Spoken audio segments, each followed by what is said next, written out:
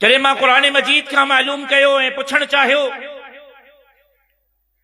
त बहैसियत उम्मती जे आका सां मुंहिंजे मोहब्बत इश्क ऐं ताल्लुक जो बुनियाद ऐं बुनियादूं छा आहिनि त क़ुरान मजीद आवाज़ ॾिनो फल्लज़ीना आमनू बिही वअज़्ज़रूहु वनसरूहु वत्तबअु नूर अल्लज़ी उन्ज़िल मअहु उलाइका हुमुल मुफ़्लिहून।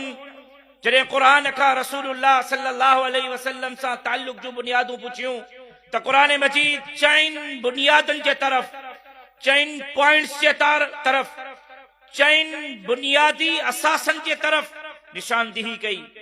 ऐं रसूलुल्लाह सल्लल्लाहु अलैहि वसल्लम जा ख़लीफ़ा बि 4, वॾा ख़लीफ़ा 4, त हिते बि चइनि जे तरफ़ निशानदेही कई वई। 4 पॉइंटियूं। पहिरीं पॉइंट, जेकॾहिं रसूलुल्लाह सां इश्क चाहियो था, इश्क जी मज़बूती चाहियो था, इश्क खे मुस्तहकम करणु चाहियो था, ताल्लुक खे इन नहज ते मज़बूत करणु चाहियो था त तव्हांजी ज़िंदगी बि रसूलुल्लाह जे हुक्मनि जे मुताबिक़ गुज़रे ऐं तव्हांजो मौत बि ईमान कामिल ते थिए ऐं तव्हांखे आख़िरत में पाक पैगंबर जी शफ़ाअत हासिल थिए त पोइ हिन ज़िंदगीअ में रसूलुल्लाह सल्लल्लाहु अलैहि वसल्लम ते ईमान आणियो। क़ुरान तो फरमाए रसूलुल्लाह सां ताल्लुक जी बुनियाद इहा आहे त ईमान आणियोसि। साईं ईमान तव्हांजो आहे, कलमो पढ़ूं था ला इलाहा इल्लल्लाह मुहम्मदुर रसूलुल्लाह, पंहिंजो पाण खे मुस्लमान सॾायूं था। हिते ईमान मां मुराद ईमान कामिल आहे। ईमान खे बि समझण जी ज़रूरत आहे। रुगो ज़ुबानी दावा सां ईमान मुकम्मल कोन थो थिए। इक़रारुम बिल लिसान व तस्दीकुम बिल क़ल्ब, ज़ुबान सां बि ईमान आणियो ऐं तस्दीकुम बिल क़ल्ब यानी तव्हां दिली तौर ते बि रसूलुल्लाह जे तौर ऐं तरीक़े खे क़बूल कयो।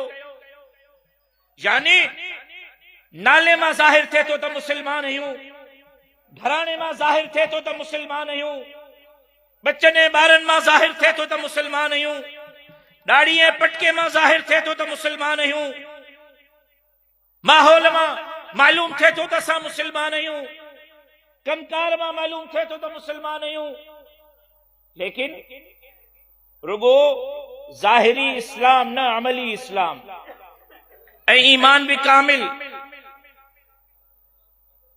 इक़रारुम बिल लिसान व तस्दीकुम बिल क़ल्ब। जॾहिं मां मुताले करण जी कोशिश कई त मालूम थियो त इक़रारुम बिल लिसान जो ताल्लुक दुनिया सां आहे ऐं तस्दीकुम बिल क़ल्ब जो ताल्लुक आख़िरत सां आहे। चए तो मां मुसलमान आहियां, हूंदो मुसलमान, नमाज पढ़े न पढ़े मुसलमान आ, रोज़ो रखे न रखे मुसलमान आ, हज करे न करे मुसलमान आ, ज़कात ॾे न ॾे मुसलमान आ, क़ुरान जी तिलावत करे न करे मुसलमान आ। बस दावा कई थी मां मुसलमान आ, नालो मुसलमान आहिनि वारो, बस ॻाल्हि ख़तम।